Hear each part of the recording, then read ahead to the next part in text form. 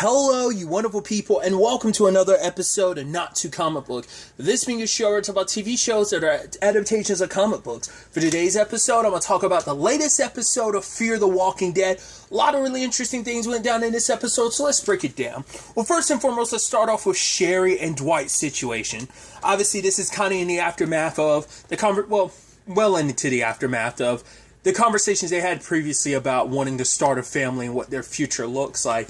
And this is an episode that really kind of gets them thinking about it. Even to the point Sherry's doing everything with that boat, that float she's got, that she's going to... And I was like, the fact that she wasn't telling Dwight about what she was up to, I was like, what's that about? Because I thought that was part of the mission or something like that. But turns out it's not. Something she's secretly been working on the entire time. So they end up helping save a woman named Maya, who's looking for her child, which she hasn't seen in months. And it's a situation of Dwight telling her to go to the tower because, yeah, they need a lot more people for this upcoming fight against Strand, but she's a mother that has a child involved in all of this, and, you know, it's like, right, you don't want to be on opposite sides of Strand in this because your child might be in the tower. That might be your best efforts in not only finding your child, if your son's not there, I believe, is just what she said. She has a son. So, because it wasn't the dead that got her child, because if they had, she's like, why would my child have gotten attacked but not me? So, but now it comes up into that conversation of like, wait, did you offer her that because do you believe that we're not going to win this? But for Dwight, it's like, right, she has more to fight for than us. And then Sherry kind of had this interesting look about her. I was like, oh, I guess she was kind of thinking like, right, aren't we trying to build a future together? That's what I initially took that look as. But, you know, jumping ahead a little bit, we find out the truth is she finds out that she's potentially pregnant. She feels like she's a couple weeks pregnant, in fact. Especially later on when they are taking care of Mo, I think it kind of triggers a lot of that in them. That parental situation, especially the way Dwight is, because we never really got to see that side of Dwight, that kind of paternal side of things.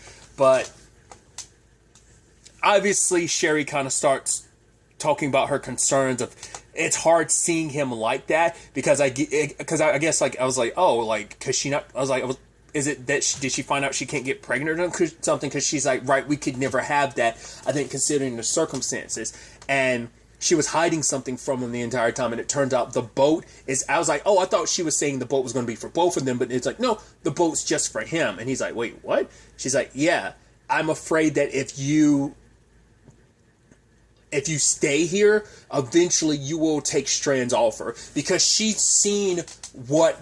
like someone like Strand, because I've made the parallels before of how he is very much like Negan and who Dwight was under Negan's leadership, and she's afraid of who Strand will make him into, and especially like all that he's done and accomplished to be the best version of himself, be who she initially fell in love with before the whole Negan situation. So she doesn't want to see him backpedal like that. But he's like, "What, you think so little of me? You think that I will just immediately work with Strand?" And it kind of, you know, it sucks in the long run that for him that she thinks that way and that she's got this all planned out, that she wants him to get away before he's corrupted by Strand. But in actuality, it turns out it's because she's pregnant and she knows that Dwight is very protective. If he knew that, right. Because this fight, it's like, right, we're in this together. At the very least, you know, we have nothing to lose. We have each other. We'll go down swinging a blaze of glory. But if he found out that they had a child, like he does now, then she's afraid that he will try to work with Strand to get in the tower, so that in his need to try and protect her yet again, he'll corrupt the person he is. And she doesn't want that. It's like, I want our baby to know the version of you that I fell in love with, not the person Strand will most likely make you into. Because we've been down this road before, and she doesn't want to backpedal. She doesn't want to go through that again, and she's scared that, you know, what choices he'll make. And I think, but that's the thing, their experiences have forged them into who they are, and Dwight won't go down that route, because now it is a thing of, no, we're in this together. Like, I think back then it was Dwight making that choice himself, like, I'll do this for Sherry's sake, and Sherry kind of did the inverse this time of like, I'm not going to tell you, because she tried to handle everything on her own, but it's like, no, we're in this together, we should make this decision together. So she doesn't even know, she had a feeling, she took a pregnancy test, but she's scared, which, you know, you're almost kind of worried too, because it's like, well, baby situations have worked out and haven't worked out in this universe. In the worked out situation, it's like, right, Judith, I mean, there's also RJ, but obviously situations where it hasn't worked out, sadly, in this universe, there's the whole Grace situation. There's also, like, right, a lot of, you know, Morgan and June both lost their children, so it's like, it makes you go, yeah, I mean, hell, Dory Sr. lost his, yes, it's a different circumstances, but, I mean, at the very least, you know, silver lining of some kind, at least they're together. You can take something from that, I guess, to some silver lining, but they're just, family situations don't always 100% work out in this. I mean, hell, well, I guess in Alicia's case, it's even more depressing, because it's like, well, her stepdad's gone, her mom's gone, her brother's gone, you know, so at least, you know, for Alicia, like, she's kind of the last member of her family standing from her situation, you know, from what she knows, you know, and everything. So it makes you, so it's kind of a little, just the family situation doesn't work out is what I'm trying to get at in certain regard. I mean, hell, I didn't even think about it. It's like, right, the whole Ophelia, Daniel and Ophelia situation is like, yeah. So hopefully, your fingers crossed, hoping it does work out for Dwight and Sherry. You hope, especially after everything they've been through, they need some, like, they need even more light in their life considering the circumstances. So it's interesting too, because there are run-ins with Wes. Obviously, Wes making it clear, like, oh, I'm not doing this with Strand because of, like, some, like, power tripping thing. It's like, no, it's survival. It's like what I was doing before I met you people. And he blames him. It's like, yeah, you guys made me believe in something better. But he's like, at the end of the day, you guys don't even believe your own bullshit. He's like, at least, you know, I'm going to be all about survival. I know what I'm all about. I know what Strand's all about. You know, I know, at least some people aren't pretending like you guys are to be something better than you are. But ultimately, Dwight was saying, hey, if you come back to the sub with us, we'll pretend like none of this happened. It'll almost be like you never left. And ultimately, Sherry's like, right, you want to say that, you know, this is bullshit. But you obviously haven't fully cast it aside, because you could have went ahead, if you really didn't believe in all of this, you would have immediately shot us. And Dwight's like, the offer still stands, and he confronts them later on too. And so ultimately they lead him into the tunnel with the dead, which we'll talk about Morgan and Alicia's side of things. They ultimately end up leading the dead to the underground bunker, which is like, oh, it's kind of neat to know that it serves that purpose, which I think is kind of interesting. What was the purpose of that bunker? To save Teddy's cult after he was try to bring about the end of the world. Bring about the end of the world yet again. And this place was meant to be a sanctuary of life. Now it's a sanctuary to hold back the dead. So just, but I guess what is it also doing in that part? Once again, I'm overthinking it. Whether the creators and writers were even thinking like that, it's interesting that the this place housing the dead will protect all the living on the outside, especially because a lot of those deads are radioactive type of dead too. So, I think some of them are. Probably not all of them are, but at least probably some of them. So that's fascinating. Especially because they were almost stuck in the Alicia situation. But Alicia wasn't, well, Alicia's circumstances where she was bit, she was stuck in there as well. But she also, like, was kind of a little bit alone. And home dude was with her too. Wasn't his name Will? But Sherry and Dwight end up finding out she's pregnant. And that gives them motivation. Because later on, Sherry's worried that, right, Dwight was kind of worried about it, but Sherry was saying, like, right, Strand doesn't know about this, and so he can't use it against us, but also it gives us even more motivation to fight for the future of our child as well. So it gives us even all the motivation we need to push forward, even with the odds stacked against us. So I thought it was also poetic that the weapon that ended up helping them escape the rubble ended up being Alicia's weapon she left behind when she cut off her arm. Well, attempted to cut off her arm and all that, you know? I'm trying to know, like, she actually did. I keep forgetting, like, she actually did cut it off, but then she kept it so she wouldn't have to, like, necessarily lose it. So I forgot. I kept thinking, like, it was still attached. It's like, no, it's not. It's just, like, she kept, like, the hand, and obviously the flesh is kind of completely going. All that's left is the bone of, like, that part of her arm that she cut off. But regardless, tangents and all that. So I thought that was kind of an interesting development on their front. Cutting back to the whole situation with Morgan and Alicia. Morgan initially leading all the walkers away from Strand because now he figured, you know, given this opportunity, this could weaken the tower's defenses. The tower's biggest defense by far is the horde of walkers outside. Granted, they're still armed to the teeth, so that's another thing, but that's a whole thing, so...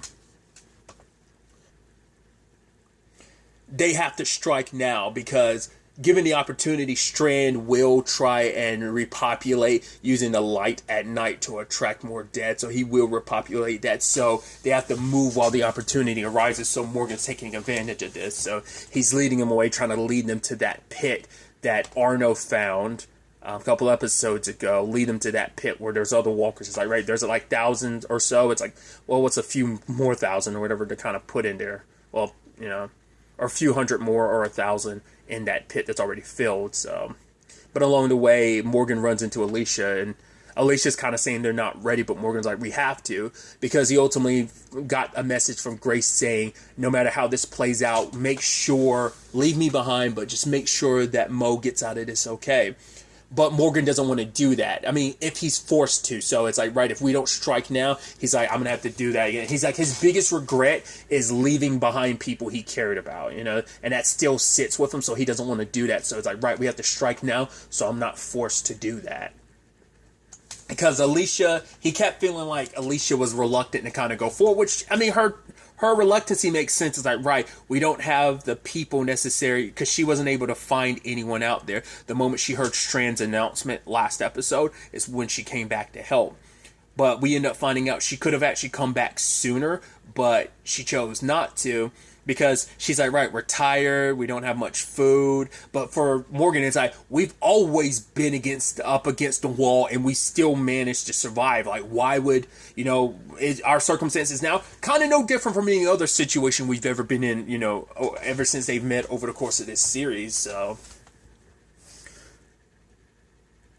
it's because for her situation's getting a little more... The fact is, the fevers are getting worse, and her dreams are kind of getting worse, and I think it's all finally, like, it's continuing to take its toll on her. But what she's scared of the most is when she confronts Strand, when the time comes, will I be able to do what I need to do? And Morgan's like, right, you'll do what needs to be. You'll do what's right. Because despite everything that's happened, it's like, you're still standing. Like, despite all your situation, you're still here. You're, basically saying, like, this life isn't done with you yet. We've still got more ahead of us. We still got more to do. So I think that's kind of an interesting element to it. And I think, interestingly enough, with the whole Morgan situation this episode, him leaving, I don't once again, I don't know. I typically don't read into these things. I don't think that's a Morgan exit, like a Michonne exit. I don't think it is, but there's an interesting parallel there, because it's like, oh, Maya was out on a boat. That's how she wasn't aware of, like, the radiation situation that's going on here. So there's a boat situation, but it's like, right, ultimately that's what Michonne ended up finding, was that whole boat situation, and so there's an interesting parallel there. And it's like, right, who will Morgan end up bumping into potentially related to like that. Like I said, I don't think it's an exit, and even if it like it might be a like I'm assuming we'd cut back to what Morgan ends up discovering out there, or what he's up to. Like, so I doubt this is the end. Like, because I don't think it's an exit, but and maybe like a temporary like pull back from his story. I don't know, as like everyone else is staying back to lead the charge against this, because Morgan needs to do what's right by Mo and kind of leaving Alicia to it. Once again, it feels... Well, the boat situation isn't just even The Walking Dead. It's almost full circle, because where did they end up at the end of season 1? On a boat. So for it to kind of be in that situation again, for it almost come full circle in that regard, is fascinating. And especially with the whole Alicia versus Strand situation. It's like, and you also like mix Daniel into it. It's like, right, the clash between these, we're the only 3 left standing from back then, So for us to be where we are right now, once again, Daniel's kind of being manipulated by Luciano about the whole Ophelia thing. Let's not forget, that's still hanging over his head, so that's kind of depressing. But Alicia's going to lead the charge, and she's telling Morgan, like, the fact that she's like, no, I'll be here when you get back, which you're like, man, fingers crossed, hoping you are. I'm worried that something's going to go wrong. Either her situation's going to get worse in that time frame, and she's going to die. Because, like, the fact is that never always works out. Like, Ophelia dying.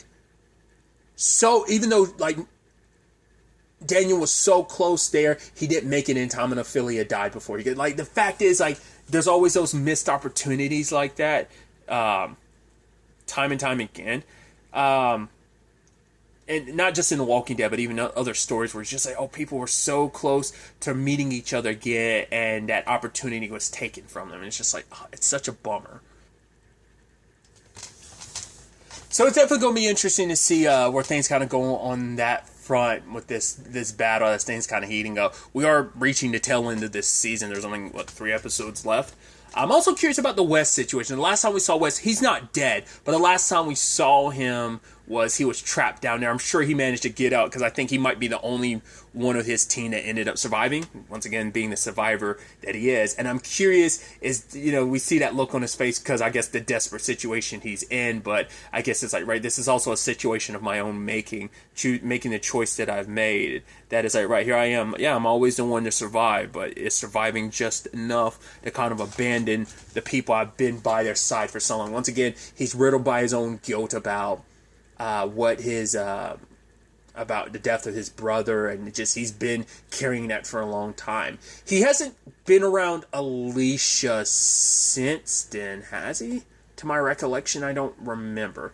I mean, at least there hasn't been any on-screen stuff, so Alicia isn't just confronting Strand, she's also confronting probably West too, and, how will this play out, once again, with the Daniel thing as well. It's going to be interesting to see how... Oh, I'm also forgot, too, there is this stipulation of, like, once again, why they didn't put the walkers in the hole. It's because someone's been letting them out, which Arno did say someone was letting them out, and now all those walkers are out. So we got this bunch that are sealed away, but it's like, where are the rest?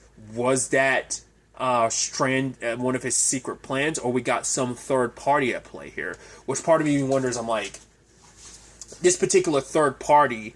Will it include a certain character I'm thinking about? I'll talk about that more if said character pops up. Once again, it's just that thing of knowing something ahead of time. I don't want to talk about it just in case someone comes across this.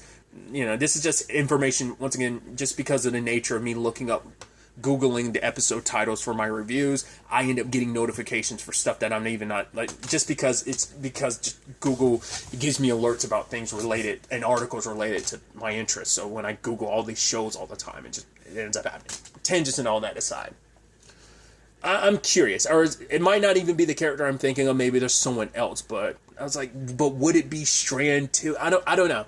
Somebody else is at play here. Well, somebody's at play. Maybe it's someone else. Maybe it's someone we know. Maybe it's... I don't know. We'll see what role that plays in this upcoming battle, and who lives, who dies, how this all shapes up, plays out is definitely going to be very, very interesting. I'm excited to see where the next episode takes us with all of this, but really that's all I'm going to talk about. So the next time we meet, be happy, be safe, live life to the fullest, and enjoy it. Good day and goodbye.